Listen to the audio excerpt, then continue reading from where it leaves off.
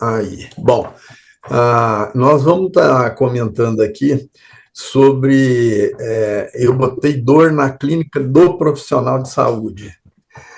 Eu acho que existem, assim, alguns desafios, né? Já botei tratamento farmacológico entre aspas, né? Agora, você é um pouco advogado do diabo. Primeiro, eu vou lembrar aqui, não sei se vocês estão vendo a setinha, o Instituto Educador, que nós criamos quando estávamos como presidente da Sociedade Brasileira da Dor, em 2002, mais ou menos, e que ficou só na minha atividade privada, que eu continuo aqui. Bom, qual é o problema que eu vejo? Agora eu estou me colocando sentado no meu consultório diante de um paciente com dor crônica. Nós já conversamos algumas coisas na introdução, já falamos dos estabilizadores de membrana e vamos tocar para frente. Agora, aproveitando um pouco do que foi discutido, né? Qual é o meu problema na frente do paciente com dor crônica? É a minha preocupação de ajustar, o acho que já comentou isso, né? O avanço da ciência com a prática do dia a dia. E isso tem que ser transmitido para o paciente, para ele saber que tem situações que não tem cura, mas tem tratamento. Segundo, a necessidade de quem? Daquelas pessoas que convivem com a minha atividade profissional, ou seja, os outros profissionais da saúde entenderem o que eu estou procurando fazer com o paciente. A melhor experiência que eu tive nesses anos todos de dor crônica foi na universidade. Lá eu tinha uma clínica que era interdisciplinar, não era transdisciplinar, mas era fácil. Bom, agora, na minha atividade profissional, na clínica eu aposentei da faculdade, né, eu tenho esse problema, então, primeiro de transmitir esse conhecimento para o paciente e para os outros colegas que trabalham nessa área. Segundo desafio que tem agora, você mais é prático. Eu acho que esse conhecimento científico que foi passado até agora é espetacular. Nós temos que ter esse conhecimento para poder oferecer um bom tratamento para o paciente. Desafio, você dizer ao paciente que o tratamento dele é prolongado. Ele deve pagar a consulta. Isso já é o primeiro problema. Ele nem sempre ele está disposto a isso, e nem os outros colegas estão. Eles mandam o doente para você e falam, você não é especialista em dor crônica? Pô, tem um mês que está tratando, o doente está do mesmo jeito que estava antes. Então, esse é um desafio. Os pacientes, às vezes, eles não têm. Você tem que ter uma força muito grande de você fazer o que você deve fazer, ser simpático, explicar para o paciente, para adesão ao tratamento. Esse é outro problema de adesão. Então, vamos voltar aqui para o tratamento farmacológico. Eu disse que eu tenho algumas restrições a esse tratamento farmacológico, mas tem uma coisa extremamente importante. Eu estou dando esse exemplo para vocês. Eu estou sentado no consultório, tem um paciente na minha frente. Primeira consulta. Eu explico tudo, mais ou menos, e explico que é um tratamento clínico, né, que aliás, é um tratamento crônico, né? E daí? Depois de meia hora, o paciente está esperando. Eu já tive paciente que me perguntou assim, tá bom, doutor, o que o senhor vai fazer para aliviar a minha dor? Agora. Isso ele quer agora. Isso nós temos esse desafio. Então, nós vamos entrar nos medicamentos. Já falamos, então, acho que já falamos de mensuração da dor, já falamos dos estabilizadores de membrana, antidepressivos e anticonvulsivantes, e agora eu vou passar rápido, porque já tem muita coisa que foi discutida, nós não temos muito tempo, não. Bom, vamos começar aqui com essa visão, que eu acho que é extremamente interessante, que foi publicada no American Journal of Medicine, de 3 grupos que estudam dor, né? O grupo da IASP, o Canadian Pain Society e a European Federation of Neurological Societies. O que eles fizeram? Eles pegaram e verificaram os vários medicamentos que são usados para dor crônica, né? Com uma consideração aqui, somente medicamentos de primeira ou segunda linha que eles interessaram. E depois nós vamos ver lá no final algumas indicações de opioides e tramadol. E principalmente, o que eles estudaram? Polineuropatia dolorosa, neuralgia pós-herpética, dor central e dor neuropática. Bom, como é que ficou isso aqui para IASP? Antidepressivos tricíclicos, primeira linha. No Canadá, primeira linha. Para a Federação Europeia, primeira linha para o quê? Polineuropatia dolorosa, polineuropatia pós-herpética e dor central. Bom, daí vamos ver outro medicamento, como é que ficou para esse pessoal. Bloqueadores dos canais de cálcio, alfa-2 delta ligantes, gabapentina e pregabalina. IASP, vocês estão vendo minha setinha andando por aí ou não? Sim, doutor, dá para ver. Então tá bom. Então vamos aqui, ó, IASP, né? Bloqueador, pregabalina e gabapentina, primeira linha. Canadá, primeira linha. Europa, Federação Americana, a primeira linha para polineuropatia dolorosa, pós-herpética e dor central. Bom, vamos pegar outro medicamento que se usa aí. Isso é um resumo geral. Os inibidores seletivos de recaptação de serotonina e noradrenalina, duloxetina e venlafaxina, IASP, primeira linha. Canadá, segunda linha. A Federação Europeia, segunda linha, só para polineuropatia dolorosa. Você vê que até mesmo nesses grupos, muita discussão, não existe um consenso. Vamos aproveitar e falar o resto aqui, que eu não sei se vai dar tempo de eu discutir muita coisa aí. Lidocaína tópica. Primeira linha para dor localizada na dor neuropática para a IASP. Para o Canadá, segunda linha para dor localizada periférica, e para a Europa, primeira linha para pós-herpética e para pequenas áreas com dor e alodinia. Vamos ver aqui outro medicamento. Analgésicos opioides, segunda linha para IASP. Isso hoje mudou completamente. Existe um movimento muito grande contra o abuso de opioides e muitos problemas em relação a opioides, mas isso aqui deve ser de uns 10 anos atrás, mais ou menos, né? Na IASP, segunda linha, exceção para algumas circunstâncias, que eu chamo a atenção aqui embaixo. Ó, opioide e tramadol, primeira linha para quê? Dor neuropática severa ou exacerbação de dor neuropática severa, dor neuropática devido ao câncer e na titulação de medicamentos de primeira linha e dor intensa. Vocês lembrem aqui que eu estou me colocando, eu sentado diante do paciente, tendo que resolver a dor dele. Toda a base científica maior já foi discutida, né? Então, tramadol, segunda linha lá para IASP, terceira linha no Canadá, e segunda e terceira linha para polineuropatia dolorosa e pós-herpética para a Europa. Então, essa é uma visão geral desse grupo de drogas. Agora, nós vamos passar para outras drogas, que eu também já comentei, você já faz isso, a hora que quiser interromper, só falar à vontade. Vamos falar de um grupo de drogas. Oi, alguém está falando? Sou eu. Sim.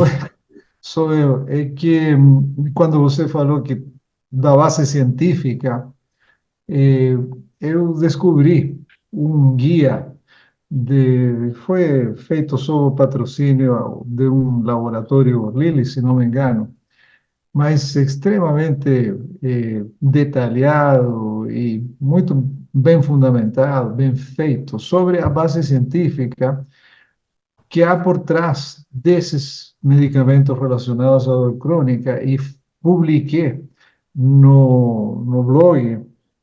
E essa semana eu republiquei justamente para efeitos do nosso encontro. Quando falamos em base científica, se refere aos diversos estudos e à eficácia apresentada por esses estudos. Essa é a informação mais importante, porque em alguns casos essa eficácia é preocupante.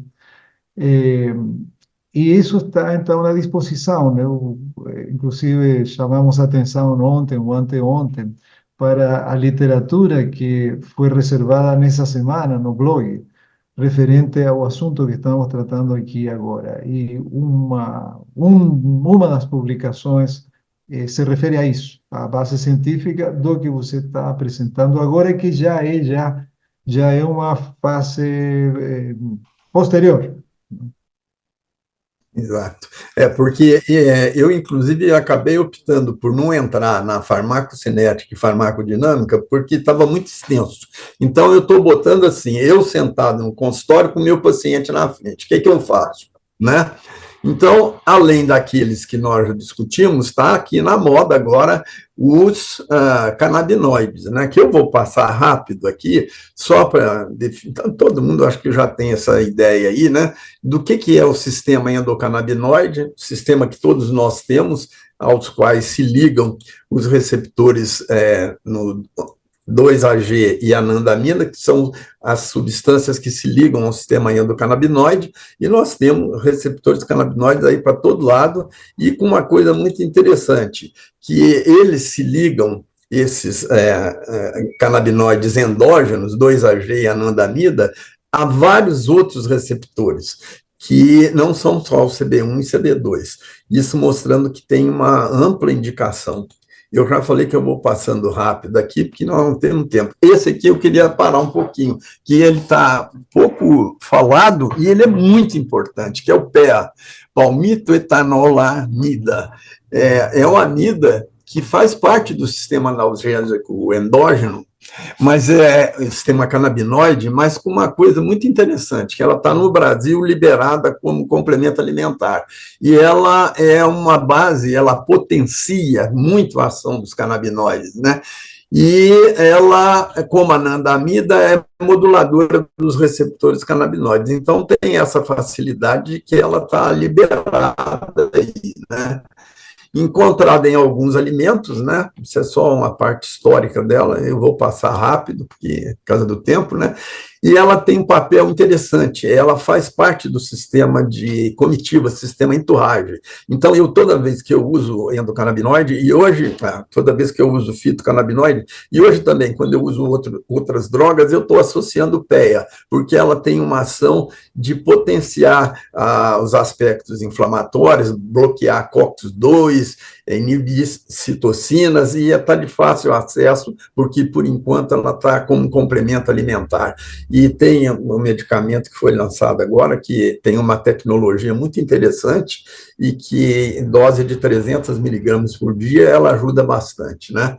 Aqui lembrar, né, de que existem publicações aí do blog do Julio, né, e uma colaboração comigo, né, um livreto sobre os canabinoides, quais são os canabinoides que nós temos aqui no momento, lembrando que a gente tem usado muito CBD e THC, mas estão surgindo novos no mercado, CBN e CBG, que têm indicações para sono e outros prazeres ósseo-musculares. Então, vamos para frente. Lembrar aí do enturragem, do sinergismo, né?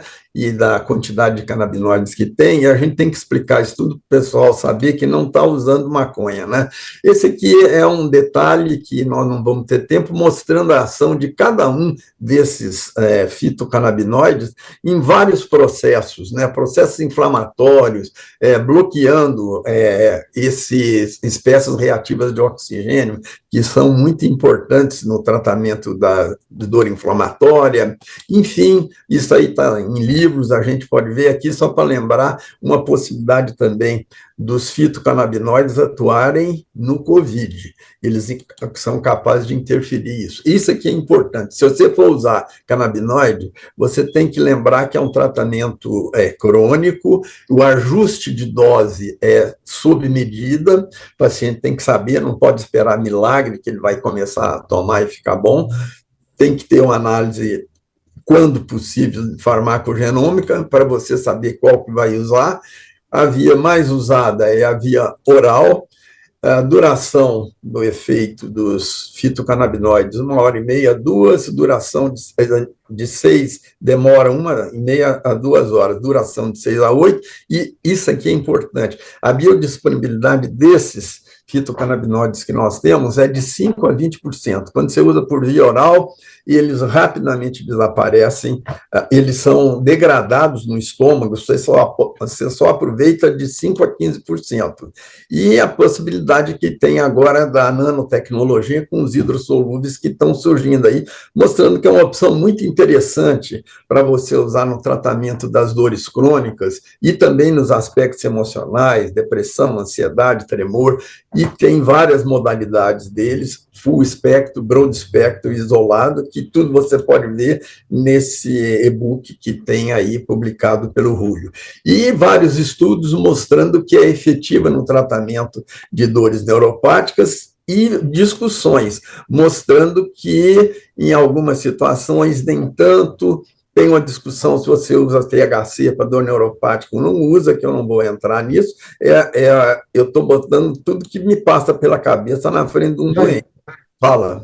Não, duas coisas, desculpe interromper. A primeira, qual é a diferença entre efeito e duração? Desculpa a ignorância ao macaco aí, mas é efeito uma... Eu que não expliquei certo.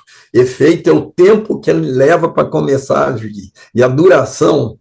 quando você ingere, ele leva 1h30 hora para começar a agir. Isso é um efeito imediato dele. E quanto tempo que dura ele? Com essa apresentação que nós temos aí, é em torno de 6 horas. Então, essa é a diferença. E a outra, porque quero evitar que você tenha um troço aí, um infarto, vai com calma, nós temos tempo. Temos tempo. Vai com calma. Não corre tanto, que é muito aflitivo fazer uma apresentação tão complexa e completa. A minha dose hoje de canabinoide está baixa, que o de fitocannabinoide que eu usei hoje, tem pouco. Bom, isso aqui é outra coisa que tem que lembrar muito quando usa fitocannabinoide, que existe uma curva em U. Você começa a titular, vai melhorando. Quando chega num ponto, ele começa a piorar. Por quê? Porque tem essa característica da eficácia dele, ele tem um ponto ideal. Quando começa a piorar, a primeira coisa que você faz é diminuir um pouco a dose para ver se volta a ter efeito benéfico, né? Bom, isso aqui também passando rapidamente, porque hoje nós não temos, felizmente, né, tantos casos de Covid, mas mostrando que os fitocannabinoides, eles têm uma ação importante, tem vários trabalhos aí para tratar no Covid, porque o cannabis, ele bloqueia a spike e atrapalha a entrada do SARS-CoV na célula. Então, foi uma coisa que no auge aí do Covid foi interessante, se usou, né? Bom, e outra coisa que existe é a potenciação quando você associa drogas, dependendo da indicação que você vai escolher. E quando você associa drogas para tratar qualquer dor, você tem que pensar o seguinte, tem que reduzir a dose de cada analgésico, não pode ser a dose cheia de cada analgésico. Provada a antinocicepção devida a um sinergismo. Se você não provar, não adianta você associar. E reduzir a severidade dos efeitos colaterais de cada fármaco. É muito comum a gente associar medicamentos para o tratamento das dores, principalmente neuropáticas, né? Aqui tem os opiáceos aí diferentes entre opiáceos e opioides, né? Os opiáceos são aqueles todos derivados da papoula e opioide, tudo aquilo que se liga aos receptores. Eu boto isso que isso faz parte de um alerta da gente ter conhecimento, porque os opioides hoje estão muito visados, né? Quem está ocupando o lugar, assim, muito dos opioides hoje são os derivados da cannabis, né? Mas mostrar aqui que os derivados do ópio tem 10% de morfina, 0,5% de codeína, 0,3% de tebaína e 1% de papaverina. E nós vamos ver aqui quais são os efeitos dos opioides, então.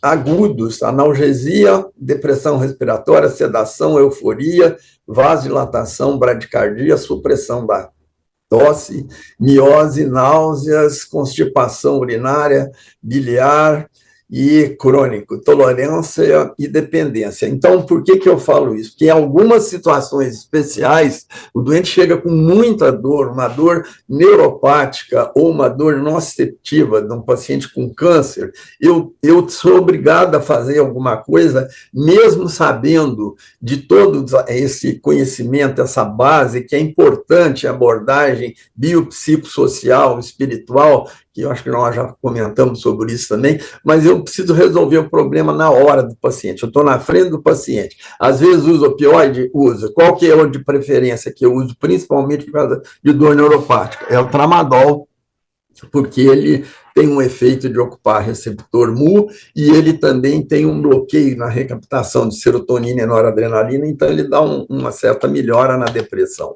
Então, aqui é um mecanismo de ação dele, que nós não vamos ter tempo aqui para discutir, né? Pós-sinapticamente aumenta a entrada de potássio e pré-sináptico bloqueia cálcio e com isso ele leva, então, a uma melhora no paciente. Os riscos que existem, que hoje está se chamando muita atenção nos Estados Unidos, né?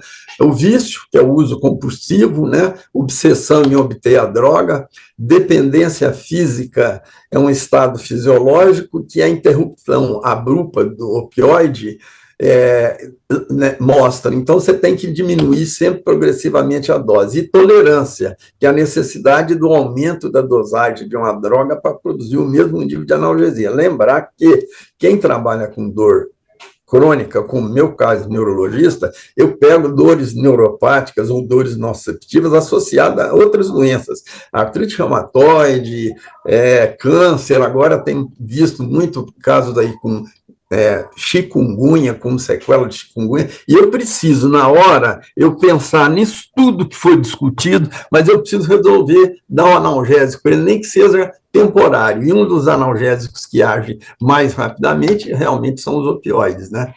E o pseudovício, que é quando o paciente começa a buscar a droga, você acha que ele está viciado, mas não é, ele está com uma dose baixa de opioide sendo usado. Existem aí algumas indicações, né? Dor somática de pele, ossos e articulações, de traumas, dor visceral, dor pélvica, cistite intersticial, dor neuropática, da neuropatia diabética, assim, de dor complexa regional. Isso eu estou falando tudo para vocês na hora que a gente tem que tomar uma atitude ali para resolver a dor do paciente, né? Tem uns tipos de pacientes, com dores crônicas e mais numerosas.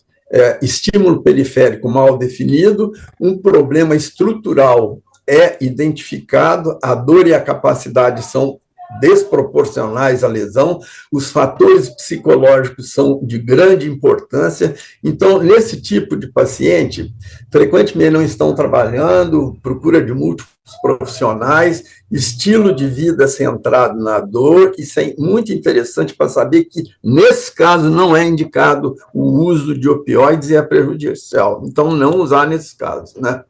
No dor crônica intermitente, quando tem mínima incapacidade, geralmente tem um único médico, pode ter benefícios, porque esses pacientes rodam muito também, principalmente nesses planos de saúde, consulta comigo hoje, com outro depois, e vira uma salada de remédio, então você tem que falar que ele procurar geralmente um único médico, né? Compatível com lesão estrutural definida, que são esses pacientes que têm câncer ou metástase óssea, enfim, tratamento rotineiro contraindicado, não tem outro tratamento, sem tratamento definitivo, cuidados paliativos, poucos problemas emocionais, esses têm benefício, você pode estar usando. E hoje tem várias apresentações deles.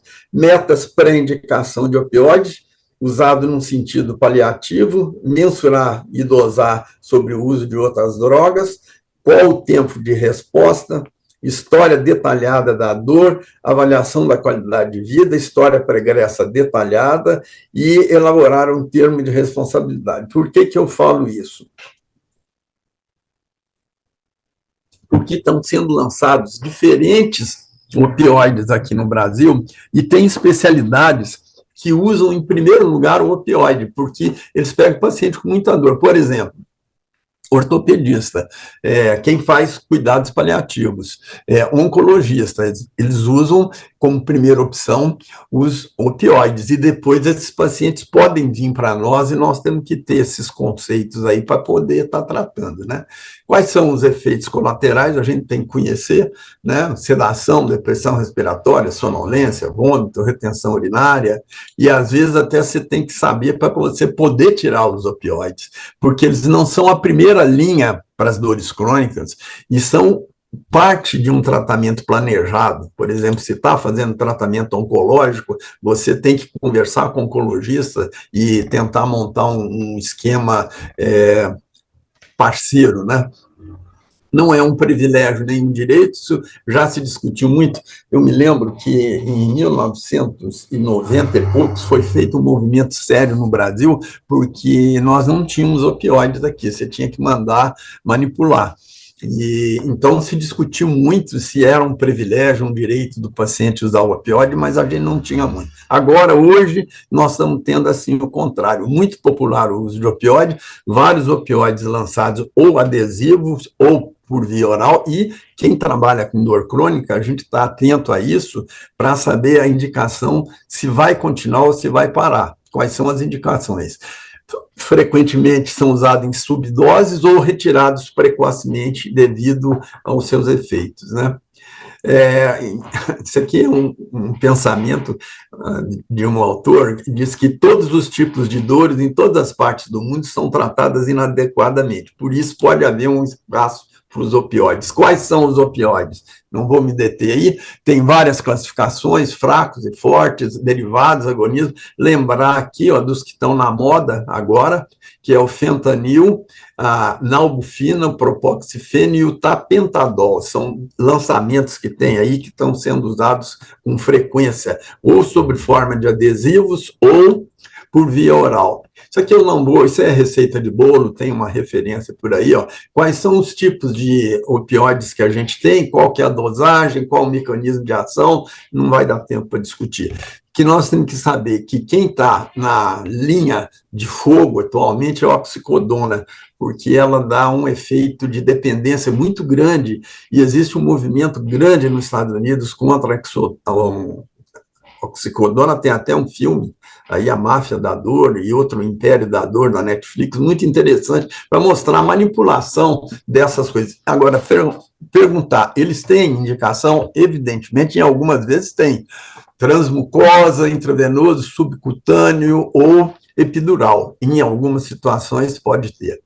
Outra coisa para lembrar, que mudou, é a escada analgésica da OMS, né? Que começava com degrau 1, 2 e 3, né? Analgésicos e anti-inflamatórios, degrau 2, opioides fracos, e degrau 3, opioides fortes, e sempre a associação de analgésicos e anti-inflamatórios, via para tratamento via oral, e outra coisa, pelo relógio, você marcar, não é se necessário, não, tratamento de medicamento com dor crônica, não é se necessário, marcar por horário direitinho.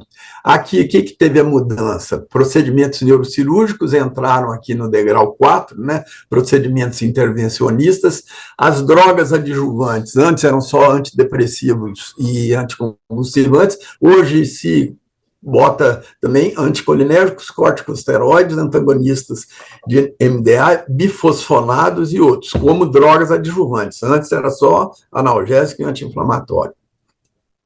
Drogas frente a eventos adversos também estão nesse degrau 1, laxante, antieméticos, inibidores de bomba de prótons e também tratamento antitumoral. E o que tem de... Eu achei muito interessante isso aqui, eles colocam não mais como uma escada, mas como uma pirâmide.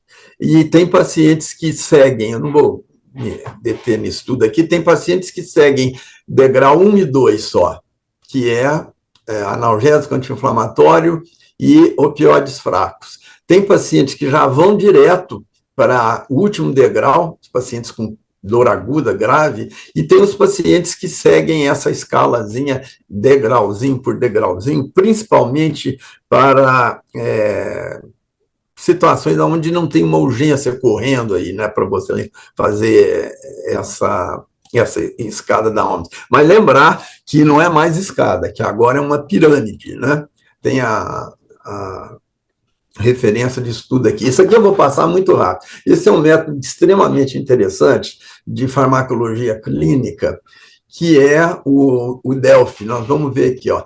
Esse estudo, então, é feito assim: você pega alguns especialistas, você sugere um tema, tem um supervisor, e um especialista não conhece o outro, eles fazem um estudo, o supervisor pega os resultados e passa para cada um deles, discute, depois faz outra pergunta e eles vão discutindo.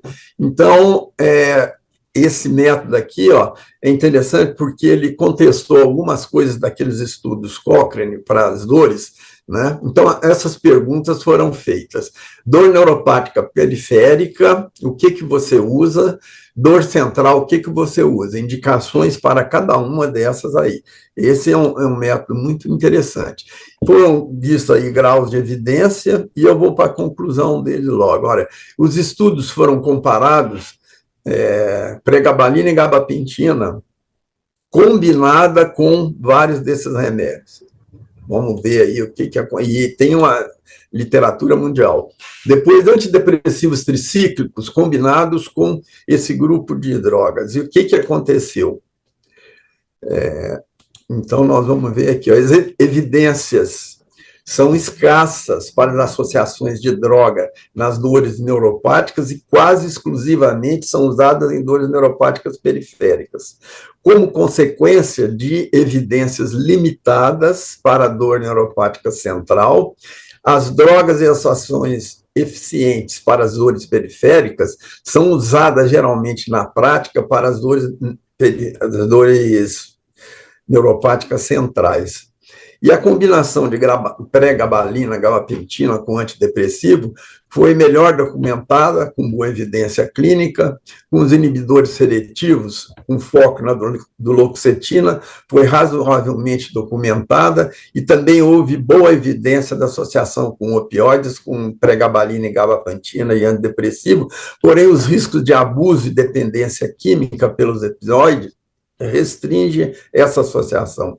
Esse foi um método, chama método Delphi. Ele é usado quando você quer provar alguma coisa. Você faz esse estudo do jeito que nós comentamos. Com o uso do processo Delphi, que é desse jeito, que é um estudo cego entre pesquisadores, você manda uma pergunta para 6 que tem especialidade, essa pergunta eles respondem, depois você faz outra pergunta e depois você faz uma análise estatística, né? Então, com o uso desse processo Delphi, foi possível mostrar evidência para a associação de drogas, aqui que é importante, diferente da conclusão da revisão Cochrane de 2012, que nenhuma combinação e tratamento tem evidência suficiente para ser recomendada nas dores neuropáticas. Resultado positivo para a associação de drogas também foi mostrado por esse autor em 2013. Então, mostrar que existe indicação, às vezes sim. Bom, classificação dos antineurálgicos, segundo seus mecanismos, né, tem atuando, inibição descendente, são os antidepressivos tricíclicos, levodopa, tramadol e opiáceos. Atuam sobre noradrenalina e 5-HT, serotonina e receptores opioides. Na sensibilização central, você pode ter drogas dessas aqui, ó, bloqueador de canal de cálcio, gabapentina, oxcarbazepina, enfim, isso aqui, topiramato. Atuando na medula espinal, você tem carbamazepina, oxcarbazepina, fenitoína, e na sensibilização periférica também, bloqueadores dos canais de sódio. Então, isso é uma revisão geral de mecanismos de ação. Tem outras drogas, né, que são a capsaicina e anti-inflamatórios não esteroidais, e lembrando aqui da curiosidade que os canabinoides eles são capazes de atuar tanto na inibição descendente, quanto na sensibilização central, quanto na sensibilização periférica, né? E nas associações de polifarmacoterapia, os canabinoides funcionam bem. Bom, daí fica o seguinte, resolvi o que eu vou tratar do meu paciente, o que eu vou usar, daí vem uma pergunta importante, né? quando uma intervenção funciona, decisão do que melhor usar na prática. Então, uma intervenção funcionou. Primeiro, são os antidepressivos melhores que os anticonvulsivantes nas dores neuropáticas? Qual o antidepressivo ou anticonvulsivante que é o melhor? E dentro de uma mesma classe, a falta de resposta para uma droga pressupõe a falta de resposta para outra? São perguntas que você vai fazer quando você está acompanhando o paciente, né?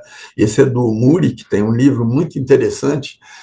Não sabemos ainda como prever individualmente a eficácia de uma droga. Exatamente, nós não sabemos ainda.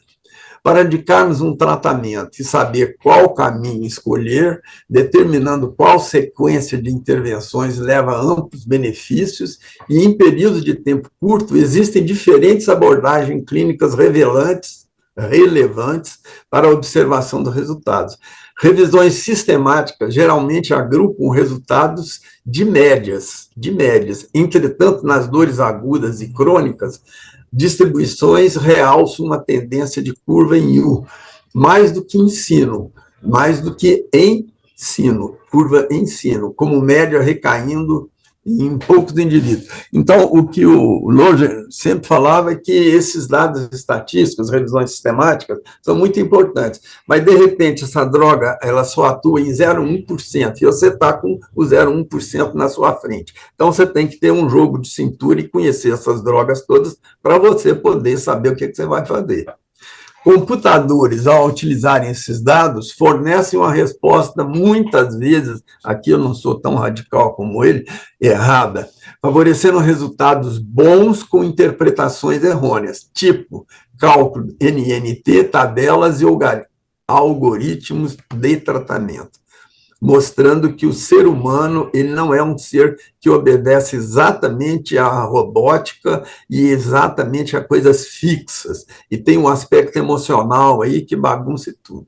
Entretanto, diretrizes e algoritmos são raramente testados para ver o seu funcionamento na prática. Isso também eu acho que é uma colocação muito radical, mas ele é o Muri e tem um livro, que, aliás, eu estou vendo ele aqui, ó, que é sobre revisão sistemática e estatística das drogas para tratamento da dor. Eficácia clínica significa, na sua atuação, utilidade e tolerabilidade, rapidez de ação e análise dos custos. Isso é que é eficácia na prática clínica. Ensaios clínicos relatam a proporção de pacientes com resposta moderada ou substancial, efeitos adversos toleráveis e intenções de continuar o tratamento. Isso é muito importante. Nós trabalhamos com dor crônica. Depois de 3, 4, 5 meses, saber se o doente consegue pagar o tratamento e se ele tem intenção de continuar o tratamento. Isso eu estou falando eu sentado no consultório, vendo um doente, sabendo que eu vou ter que tratar dele muito tempo. Esses medicamentos têm algumas variáveis? Tem. Essas variáveis que têm que ser levadas em consideração dependem de pacientes pediátricos, idosos, tem variâncias por aí. Quanto ao sexo, que não é quanto ao sexo, é quanto ao gênero. Outro dia nós estávamos discutindo com o Júlio sobre isso aí, e evitar, nessas associações de drogas e no tratamento, imprevistos na obtenção dos resultados, e estar preparado para outras eventualidades. Por exemplo, o paciente está bem controlado, está usando, sei lá, canabinoide, de repente ele não tem mais dinheiro para continuar comprando. Então, você tem que ter sempre uma segunda opção, estar sempre atento a isso. Extremamente importante, na minha opinião, é a avaliação psicológica. Bom, o que a avaliação psicológica faz? Embora a queixa do paciente seja dor, a experiência para a qual busca conforto é o sofrimento, que nós já comentamos sobre isso aí, o Júlio falou, né? Então, não é dor, isso aqui dá dor, mas está na moda que é branding, né? E isso aqui é sofrimento, né? Então, o psicólogo vai analisar essas situações, identificar o foco do sofrimento do paciente e verificar as estratégias de enfrentamento. O Júlio falou de forma brilhante sobre isso. O motivo da avaliação psicológica não é avaliar se a dor é física ou psicogênica, mas investigar de que maneira ela interfere no cotidiano, como o indivíduo lida com essa situação e verificar de que forma o estilo de vida ou emocional contribui para aumentar a percepção dolorosa. Esse é o papel do psicólogo. Todo mundo não. Muitos colegas que encaminham para a gente pedem para ver se é psicogênico ou se é real. Então, tem que fazer as correlações psicoorgânicas, verificar os aspectos pré-mórbidos e comorbidades, reforçar reforçadores ambientais e familiares, situar o doente em sua condição de queixas, objetivar mudanças, avaliar as metas e expectativas terapêuticas. Eu, particularmente, tenho essa tendência de solicitar, eu tenho uma psicóloga que nós trabalhamos juntos, que faz neurocognição, de pedir uma avaliação psicológica de quase todos os doentes. Isso já é um problema de custos. E, às vezes, o paciente não quer. Ele fala assim, doutor, eu não vim aqui para fazer teste, eu vim aqui para o senhor me dar remédio. Bom, aqui é um trabalho do John Lozer, que ficou no lugar do Bonica, lá na Universidade de Washington, e ele é bem radical. Ele levantou 5 pontos críticos no tratamento da dor, que é o que nós estamos falando, né? Falta de evidência para os resultados do que se faz realmente pelos pacientes. Isso vale até hoje, isso é 2012, mas ele é uma das pessoas mais citadas na literatura de dor.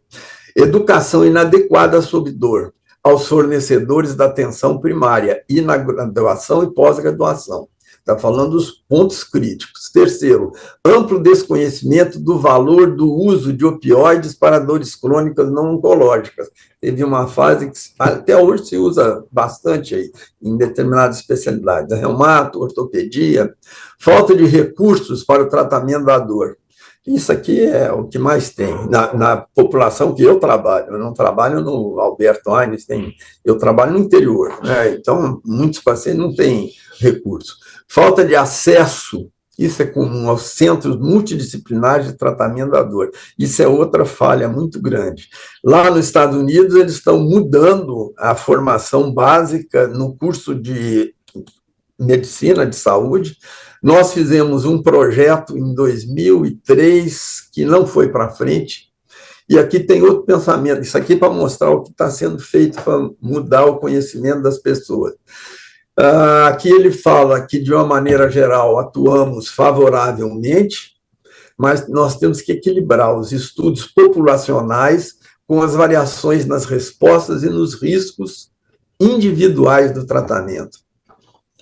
Medicina baseada em evidência não supra as necessidades que o paciente tem para diagnóstico, prognóstico e necessidade de simpatia, que sempre foi e continuará sendo parte do que se oferece ao paciente. A tirania dos dados deve ser temperada com um julgamento crítico. Isso eu faço questão de botar o retrato do Lozer e onde foi publicado, porque eu já quase apanhei aqui numa universidade que faz muita pesquisa com essa última frase dele. Ele pode falar. A gente não pode, né? Tem que ser. Ao invés do que se faz, o alvo do tratamento não deve ser o diagnóstico, mas o mecanismo da dor. Os estudos clínicos randomizados não são a única fonte de informações. Isso aqui ele que fala, são raramente úteis para acompanhamento dos resultados a longo prazo, tanto bons como ruins. Estudos observacionais é o que nós fazemos todo dia. Estudos observacionais têm algo para oferecer, sim, não é só estudo assim, desses muito complexos, não. Nunca foram os estudos, os tratamentos de saúde baseados exclusivamente em evidência científica. Isso aqui também é outra coisa polêmica. Isso ele também falou num congresso da American Pain Society, lá em Chicago. Mas ele pode falar. Todos os protocolos, guidelines, refletem a preferência dos autores ou outros interesses. Não são realmente científicos. Mesmo sendo baseado em evidências, tem muito interesse aí financeiro, né?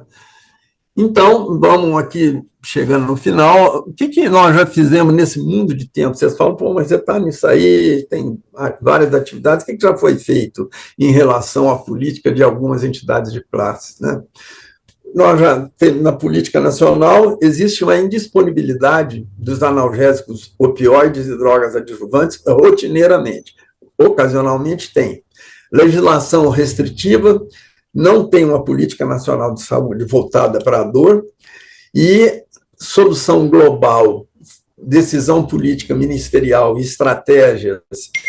Teve uma iniciativa da SBED, que foi nossa em 2002, com representação de anestesistas e tal, isso aí é uma confusão danada, mas só para dizer o seguinte, nós já desenvolvemos um projeto aqui em Uberaba de 2008 para o Sereste, curso de atualizador, nós participamos na Universidade Federal do Paraná, que o Jublin fazia todo ano, né? E essas frases aqui, se você quer mudar o mundo, inicia pelo seu quintal. Quem sabe faz a hora, não espera acontecer. É o que nós temos que fazer. Então, isso tudo são projetos que eu, inclusive, participei, que eu chamo de projeto zumbi, morto-vivo. Está vivo, mas está morto. Uma das poucas coisas que eu já vi que me gratifica muito é o trabalho do blog, Dor Crônico, blog do Júlio. É uma realidade que continua firme até hoje. Não é difícil você criar uma coisa, sempre disse isso, o difícil é você manter funcionando, que é esse desafio que o Júlio faz. Existem novos alvos para as drogas? Existem. As drogas, quase todas têm um perfil muito conhecido. A recombinação de drogas existentes, 94 novas drogas, a maioria variação de opioides e anti-inflamatórios.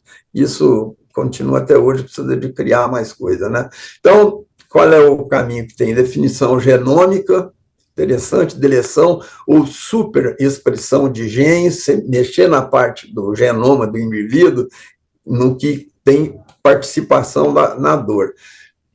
Clonagem ou imortalização de genes, isso é o futuro, né? O Júlio também comentou nisso, eu tinha botado várias técnicas aqui, mas depois nós resolvemos tirar, né? E a neurobiologia molecular, encontrar proteínas específicas, você trabalhar no ponto de vista genético, na expressão da dor. E acabou, me desculpem pela correria,